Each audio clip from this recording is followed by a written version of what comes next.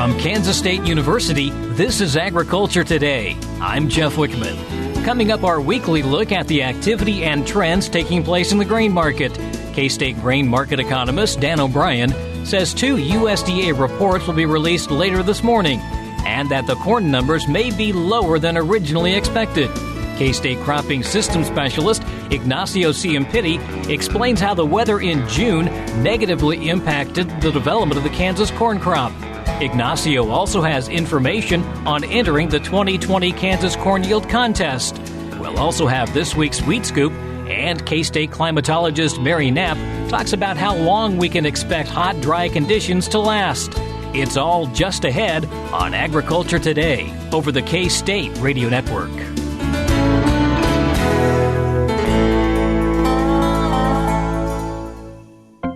Make hand washing a healthy habit everywhere you go. Wash your hands with soap and water for at least 20 seconds, especially after going to the bathroom, before, during, and after preparing food, and before eating. If soap and water aren't available, use a hand sanitizer that has at least 60% alcohol. Life is better with clean hands. A message from the Centers for Disease Control and Prevention. You're listening to Agriculture Today. I'm Jeff Wickman. Well, as drought conditions persist throughout the Corn Belt, a couple of grain market reports are being released later this morning. Based on pre-report expectations, K-State grain market economist Dan O'Brien thinks that corn numbers for today's USDA crop production and WASDE reports may be on the way towards what many expect might happen if we continue the dry conditions that are in the forecast. Dan, drought is on everybody's mind, but let's start first by talking about futures. What's been happening and where are we at this point? Well, the drought concerns have been driving to some degree what we've seen on the futures, particularly for corn and soybeans, and having some impact on the wheat market. Closed yesterday at $3.51 and a quarter for the July futures. Of course, that's about ready to go off the board, so most elevators on their basis bids are going off the September contract, and that closed yesterday at $3.48 3/4. And when you look at where we've been in that market, from back in April, we had gotten back down to about $3.15. Well, here now, with weather concerns as they are, after, again, being around $3.15 and in mid-April, going up and then coming back again in latter part of June down to that level now. Well, now we've jumped up to about $3.48, have been as high as $3.50 or so or better. So dry conditions having an impact. Dry conditions mainly here in the Western Corn Belt. For soybean futures, closed yesterday, again, the August futures at $8.96 and a half, and kind of a picture of where they've been, again, in that same April time frame when we had so many negatives being considered in the grain markets, had gotten down to about $8.20, $8.25, most of the time spent on the low side about $8.35, and now we're up to, again, as we talked about, $8.96 and a half. So again, dry conditions having an impact there. Wheat harvest has really been something to consider. Again, we closed yesterday with September futures at $4.56 3/4. Had been down, I guess earlier June, it kind of spiked lower down to about $4.20. Most of our lows had been about $4.30. And here, wheat harvest having rolled, finishing up, continuing on. In the middle of that, when you expect to see price weakness, well, now we're up to about $4.56 3/4 for a close yesterday.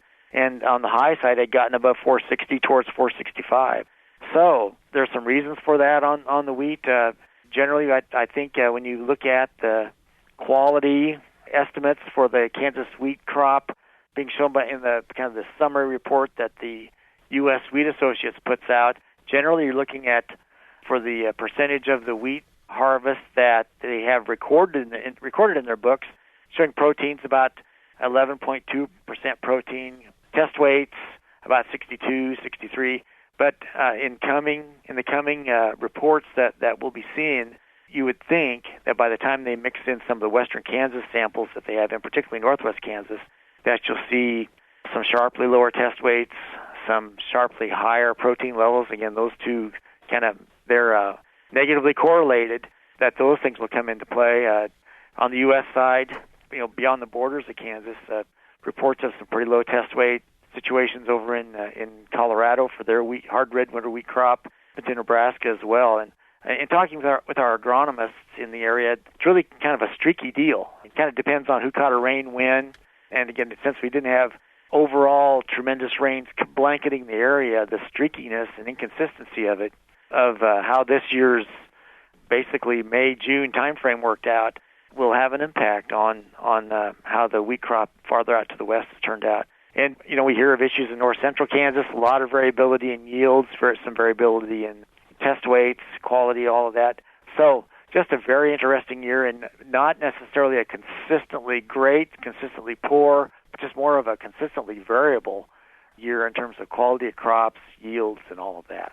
And you're thinking that some of the ratios between these commodities is kind of important as well. Well, yes, when you look at some of the, feeding-oriented ratios that we try to watch closely, looking at the Garden City market, it's kind of a bellwether for how corn, grain, sorghum, hard red winter wheat prices are being reflected. On yesterday's close, the hard red winter wheat bid in Garden City was $4.27, and the cash corn bid was $3.64. Well, that $3.64 is up about 20-30 cents from where it had been, and the $4.27 is reflecting not a complete washout at all in the wheat market. So you've got a ratio of 1.17, the hard red winter wheat to the corn price, not indicating a whole lot of wheat feeding, unless some of this poor quality wheat that could be harvested out here in the western part of the state would find its way into some blended feed rations or something. I'm not sure, but there's some proportion of that, and that'll be a challenge for us to figure out how to move that, how to blend it, how to store it, to do something with it. So that's coming. And on the grain sorghum side, cash grain sorghum bids are on par, that same $3.64 as the corn bid. And a week or so ago, the grain sorghum bid was a dime over the corn bid. Here in the last week, we've had, after some higher weeks of grain sorghum exports, we're a little lower this week. I think there'll be, from talking with U.S. grains representatives that work in the China market, they're optimistic that we'll still see grain sorghum exports come in pretty strong just because of the issues and structure in that market.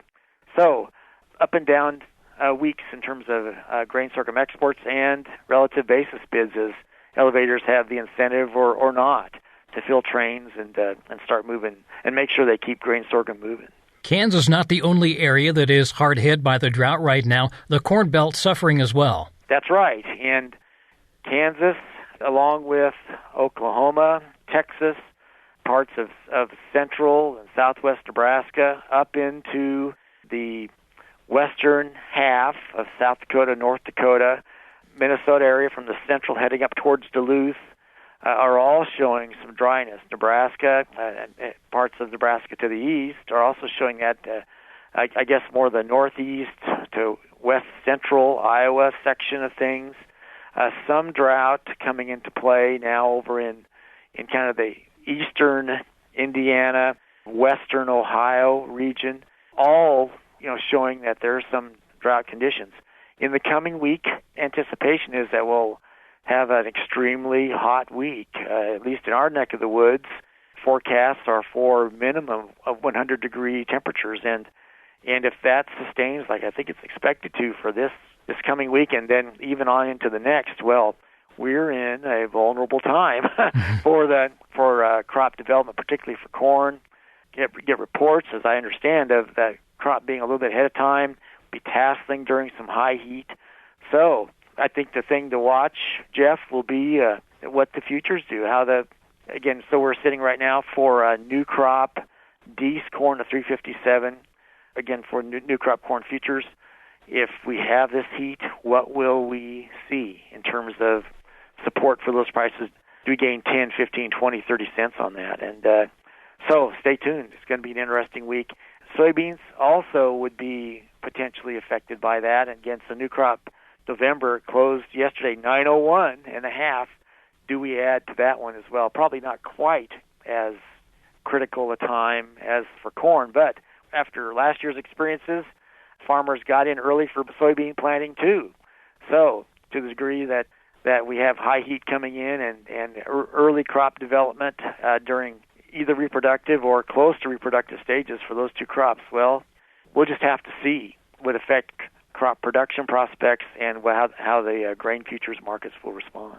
As we wrap things up, Dan, there was a June 30th acres report that came out. There's also a USDA crop production and a WSDA report coming out. What can we expect from that? Well, that WSDA report's going to be coming out at 11 today. And to bring those issues together here, the USDA came in and had sharply lower acres for corn and for soybeans than the market was expecting. Pre-report expectations are, instead of about a 16 billion corn crop, there's expectation the USDA will say 15.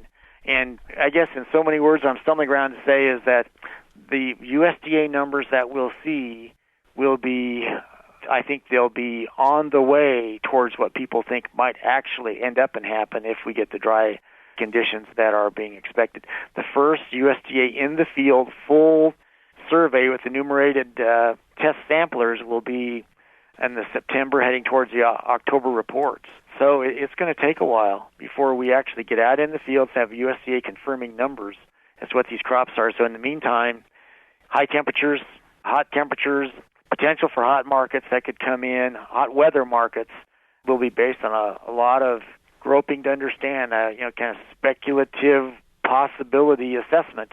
And from there, we'll see where the grain futures traders and farmers and everybody involved in those markets, where they go in terms of the prices they offer and prices that they accept. And again, if people need more information, they can find all of your charts, all of your graphs, all the information at agmanager.info. Yes. Thank you, Jeff. I appreciate the opportunity to speak with you on this. That's K-State grain market economist Dan O'Brien with his weekly analysis of market activity. Again, you can learn more by going to agmanager.info. agmanager.info. Agriculture Today continues after the break. This is the K-State Radio Network. What is radon? Home exposure to radon gas is the leading cause of lung cancer death in the United States for non-smokers. In Kansas, 1 in 4 homes will test at or above the EPA action level. The Surgeon General recommends all homes be tested and fixed if necessary. Visit kansasradonprogram.org for more information. Test, fix, save a life. This message brought to you by the Kansas Radon Program, the Kansas Association of Broadcasters, and this station. This is Agriculture Today. I'm Jeff Wickman. The heat in June might cause problems for corn in Kansas. The effect of combined heat and drought stresses can reduce plant size, primarily when the plant is entering the stem elongation process. When the crop reaches the 10th leaf stage, nutrient and water demands are high. At this point, a combination of heat plus drought stresses will affect potential number of kernels and ear size.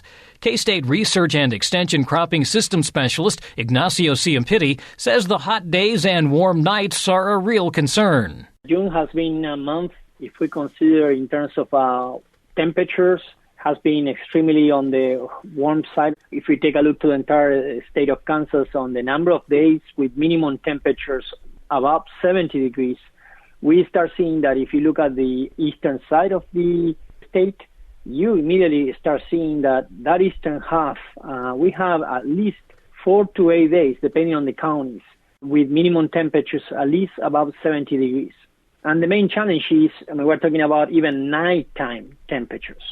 So that heat that we have this early in the growing season, specifically more when we are thinking about corn, combining the effect on heat and drought, in many situations what the effect that we are seeing on the plants is that we are reducing the size, affecting that process of growth and elongation of the stem.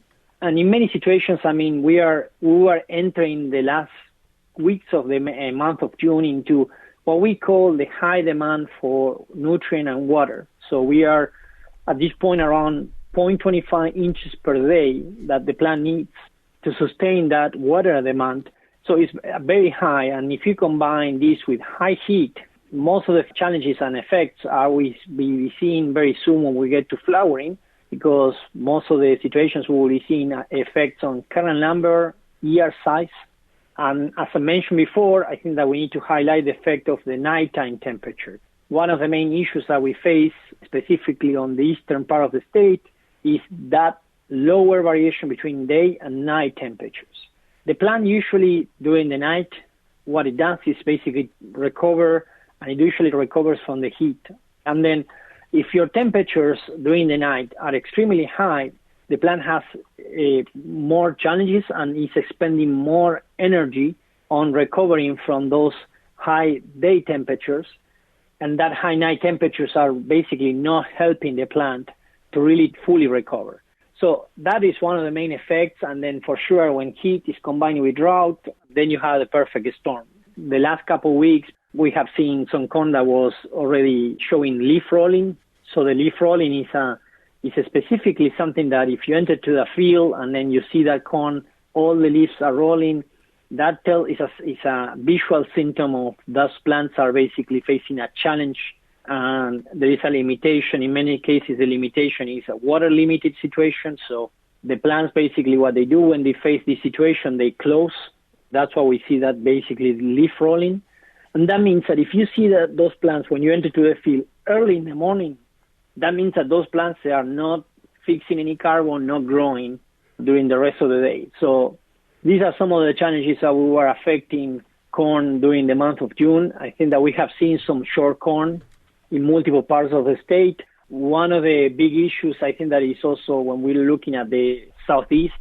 In many situations, we were basically going from a very wet, really wet spring with our issues, specifically that everyone that was trying to plant corn, they got it in. But the challenge is when you start looking at some of the compaction problems, when you start looking at that water that was standing on the fields, most likely producing some issues of root development. If we have any root development issue, you will probably not be seeing that consequence immediately after, but what you will be seeing is as you are approaching to the fast growth point, if you have missing rains, even a week of missing rains, you will start seeing that the plants are rolling the leaves as a visual symptom of very poor root size. And then those plants that they don't have that good root size, you have a very short, even not that severe stress, lack of precipitation, and they will show symptoms immediately. And it's everything connected to this crazy weather, no? We started early in the season in the southeast with a lot of water. It didn't stop to rain. And then some guys tried to plant the corn, and then it was too wet, compacted, potentially with poor root development, and the plants really, really short.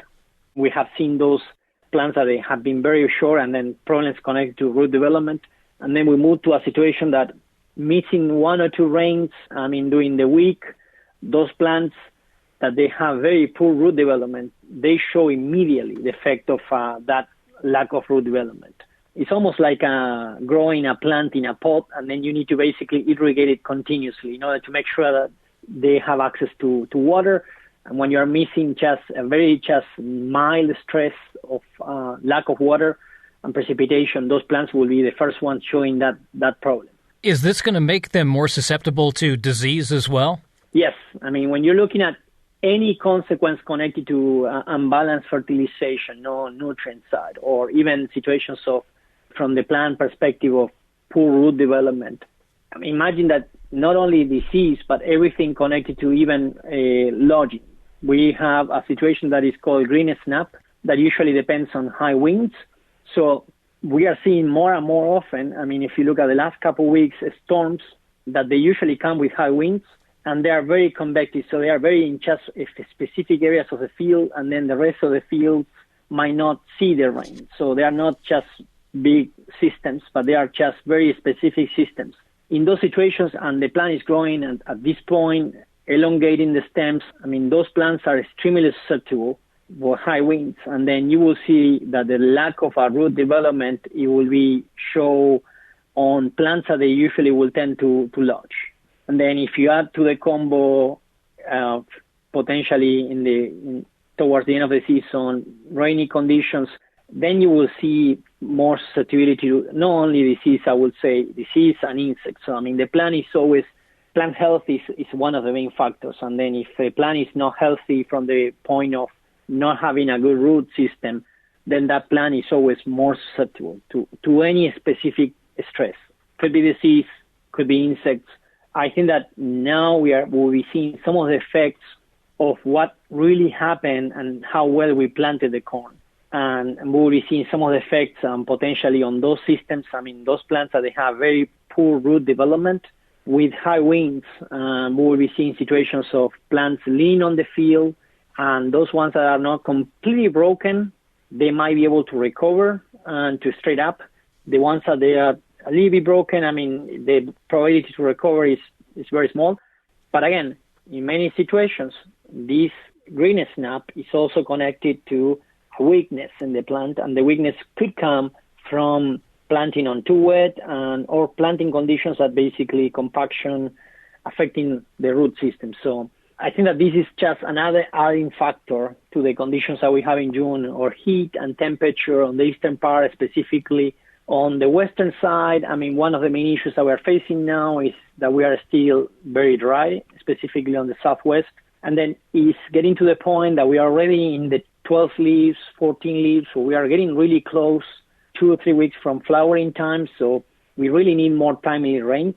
And the lack of any rains from now on until the next 3 or 4 weeks, they will be very critical to define what is the potential for those plants to yield. Well, that's what I was going to ask. How much time do we have to make things better before we kind of reach that point of no return?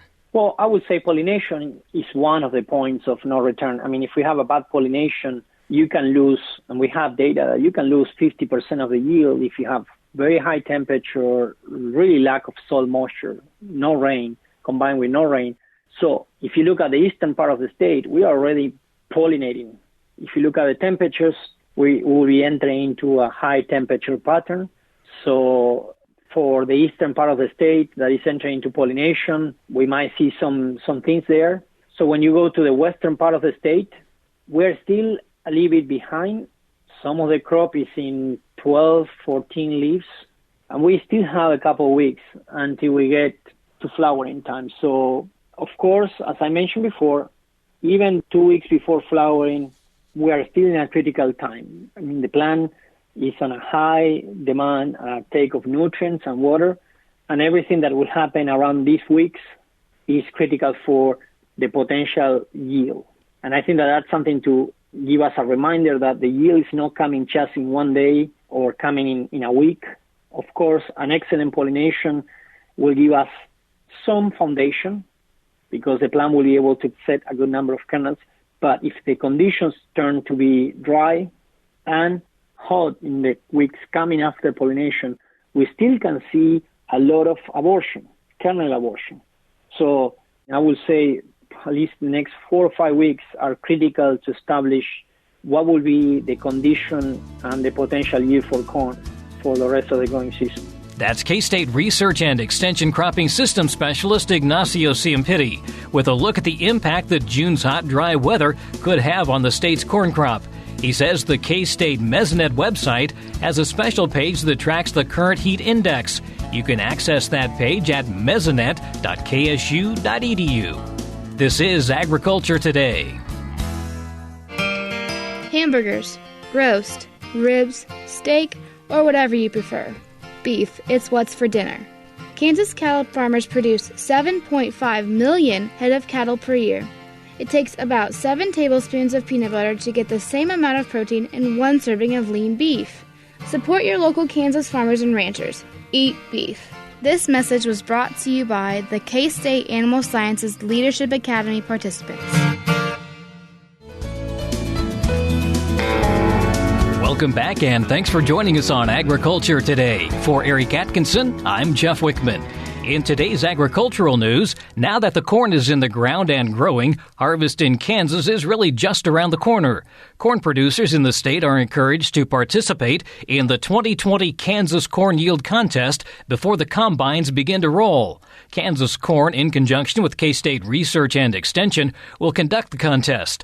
K-State Cropping System Specialist Ignacio Ciampitti says the collaboration with Kansas Corn started in 2018. All corn producers are eligible to enter It's a free contest thanks to the support for the Kansas Corn Commission. The only requirement is that these farmers need to be active members of the Kansas Corn Grower Association. It's a fun way for all growers to showcase the high yielding and high quality, also to learn about what are the best practices, that the other growers are doing. And usually from our side, also provide some motivation to say how growers are increasing yields. So far, we have been getting a lot of good insights on practices that are coming immediately from growers. These are not research studies conducted by university, are growers' data. And I think that has a lot of real-world validity, to when you see real, true conditions in the field. And I think that's the main objective of the contest. In many situations also, we are using the contest. When you are looking at ways that the farmers can explore how to improve the farming operations, also increase awareness of the best management practices to improve and sustain yields, to show the sustainability of yields. And then the idea is that the state has been divided in different districts. So we have the traditional 9 districts, and then what we do is that in the northeast corner, we have another section that includes, it's called the north-northeast.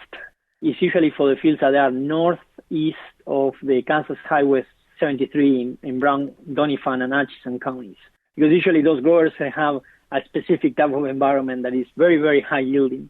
So we try to just acknowledge that important aspect on that section. And we have a dryland winner for the entire state, and we have an irrigated winner for the entire state. But also each district will have a winner. The district winners will receive $300, second place will be $200, and then third place will be $100. I think that is an excellent way to share information, increase awareness of the practices using for growers.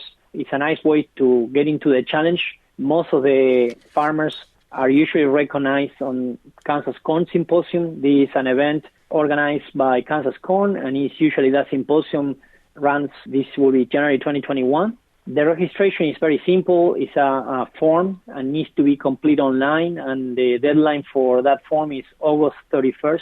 And in many situations, we have that the harvest form, the one that when they finish harvest, is usually the deadline for that form is December 1st. So they have, in many situations, plenty of time to submit the harvest entries after they finish harvesting. And one thing to remind to the growers, even to those entering into the National Corn Yield Contest, the National Corn Yield Contest also qualify growers to enter to the state contest, but the entries needs to be made for both.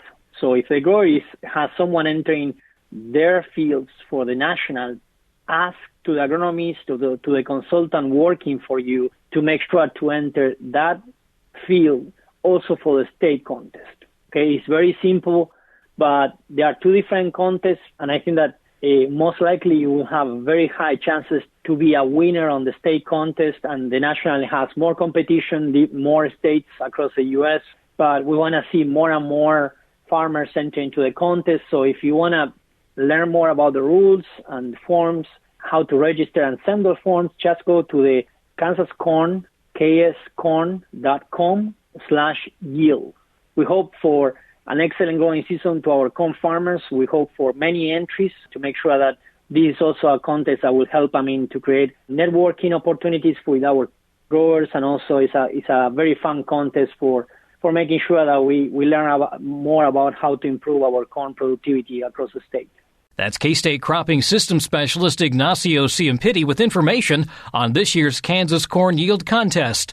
Again, for more information, go to kscorn.com, kscorn.com. And now with this week's Wheat Scoop is Marcia Boswell. Kansas Wheat Commission held a virtual seminar on June 10th with customers from Nigeria and Sub-Saharan Africa. During the seminar, these customers were able to take in a live view from fields during harvest and learn about current growing conditions. During the virtual seminar, viewers were able to discuss and talk with farmer Tyler Ediger from Meade, Kansas, about his current harvest situation. He also grows different varieties of seed to sell as certified seed to farmers. Ediger said some of it depends on the demand, what are farmers wanting, and the other part depends on what are the new and upcoming varieties. About half the varieties that we sell, farmers really like. They've been doing well for years. Another third of the varieties guys are looking for higher quality seed. The rest of our varieties are new that we try and introduce to the farmers. On average, half of the Kansas wheat crop is exported every year, and Nigeria has been a top buyer in recent years. They love the consistent quality they get in wheat from the U.S. This virtual seminar helped to grow our market share in the sub-Saharan region and build that same relationship of trust with buyers in South Africa. Dr. Romulo Lulato, Extension Wheat and Forages Specialist with Kansas State University, discussed the wheat crop in 2020 and its development throughout each month. Along with wheat crop development, Lulato also talked about early versus late planting regarding yielding potential. He said as we delay planting date, the grain yield decreases. Essentially what we are seeing is even though the farmer planted on time, the crop never emerged until January. We then went from a potential 50 bushels per acre to around 25 to 30 bushels per acre due to lack of precipitation in the far southwest corner of the state. Darby Campsey, Director of Communications and Producer Relations for Texas Wheat, joined in on the conversation to discuss how the wheat crop was doing there. This year, South Texas harvest yields averaged 25 bushels per acre for dry land, with protein levels ranging from 12 to 14%. Central Texas conditions were mixed due to weather conditions and freeze damage. Yields were averaging 45 bushels per acre with 9 to 14% protein levels and 60-pound test weights. Justin Gilpin, Kansas Wheat CEO, discussed sampling and testing background, U.S. winter wheat crop conditions, acreage and yield prospects, as well as early thoughts from Kansas wheat harvest. Samples started being collected in the beginning of May. Along with Gilpin's discussion, Eric Sperber of Cornerstone Ag gave a preview of the 2020 Kansas hard white wheat crop and market logistics. These sub-Saharan Africa wheat customers would have normally traveled to Kansas during wheat harvest, but the virtual seminar gave them the opportunity to learn more about this year's crop and to ask questions. For Kansas Wheat, I'm Marcia Boswell. Thanks, Marcia. This is the K-State Radio Network. Social distancing slows the spread of coronavirus, so if you have a fever, dry cough, and shortness of breath, call your healthcare provider before going in. More info at coronavirus.gov. Let's all do our part, because we're all #AloneTogether. Brought to you by the Ad Council. You're listening to Agriculture Today from the K-State Radio Network. Well, as usual, we end the week with a weekly check of agricultural weather with K-State Research and Extension climatologist Mary Knapp. And to no one's surprise, it's been hot and dry. Mary, I guess we'll just jump into it. Although there have been some spots of rain this week, the drought has actually expanded across Kansas. Right. It was kind of a give and take. We did see the elimination of the exceptional drought out in southwest Kansas. But exceptional drought is, by its very nature, very, very, very, very rare. So all you need is a little bit of rain, and now it's just extreme drought rather than exceptional. Not that you would probably notice a whole lot of improvement if you're out there in the weeds, so to speak. So what we did see overall was an expansion of the moderate drought in the eastern part of Kansas, particularly when you look at the East Central Division as well as the Southeast. They're kind of a special case in that they went from very, very wet to very, very dry in the space of a month. When you look at their totals up through the end of May, they were the wettest, or the second wettest start to the year. And then June and into July, basically the faucet shut off, and they have been much below normal for the rest of the growing season. So that gives us a problem of delayed plantings because it was too wet to get in, and rapidly drying soils so that you have poor emergence, poor conditions for continued development. And of course, their corn is advancing further than the rest of the state. So any rains that they get this week are unlikely to provide much recovery to that corn crop. They've already reached tasseling and have had some pretty major hits on their yield to that point. And unfortunately, the July outlook, the remainder of July's outlook, hot, dry, so really more of the same. Right. When we look at the 8 to 14-day outlook for the entire state, it is tilted towards hot and dry. When we look at the July outlook for the month, not surprisingly, if the first half of the month is dry, it's likely to continue that pattern.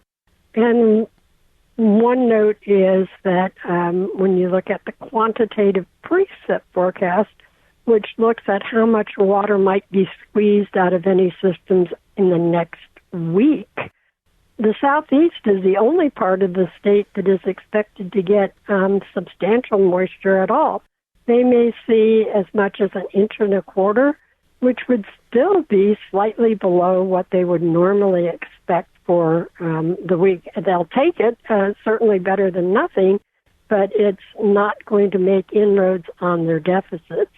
The rest of the state, east, central, and northeast may see as much as 0.5 inch, but you go much west of Manhattan, and the outlook is for 0 precipitation. So again, that's going to bode ill for the various crops that are in their active development phase, particularly soybeans and corn. And this is also a rough time for cattle. Right. One complication is in the eastern part of the state in particular is that although we haven't seen the 100-degree readings that they've seen in the west, we also haven't seen the lower nighttime temperatures. Out in the west, last week they hit 108 down at Ashland, Kansas, and Clark County. But they also had the low of 50 degrees up in Thomas County. So, again, you are seeing those wide swings, which provide some relief. In the eastern part of the state, the highs were mostly in the 90s, but our lows were in the mid-70s. So, again, that can create stress on livestock and people as well.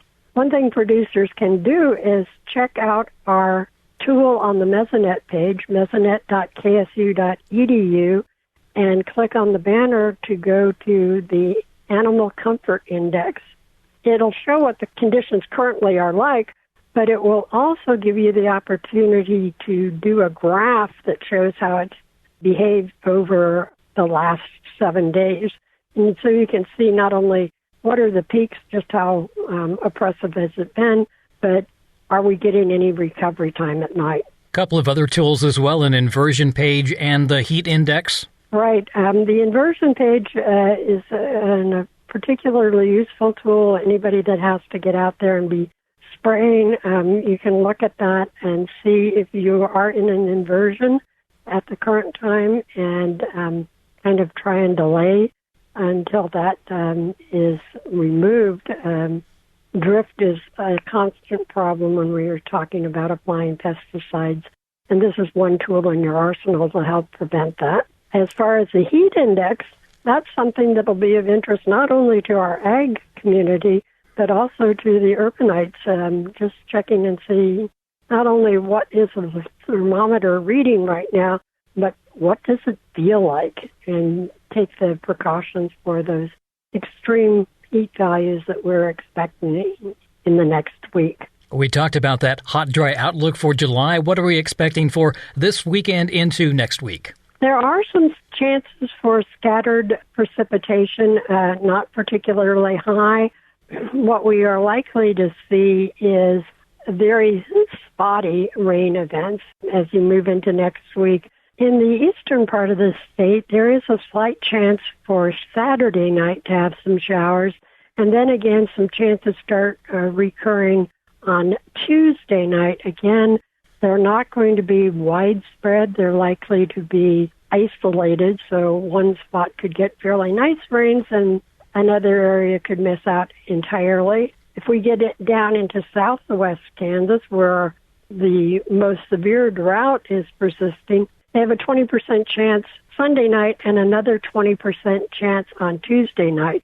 Not particularly good odds, and again, that doesn't tell you how much they may squeeze out of the system. You may hear a rumble of thunder or two, but only get 1/10 of an inch of precip. Keep in mind that the evapotranspiration rates at this time of the year may be as much as a half an inch, depending upon what the winds are doing on a particular day. Sounds like we are truly into the dog days of summer. Certainly. That's K-State Research and Extension climatologist Mary Knapp with a look at Kansas agricultural weather. And that'll do it for this edition of Agriculture Today. Eric is back in studio on Monday. For Eric Atkinson, I'm Jeff Wickman, and this is the K-State Radio Network.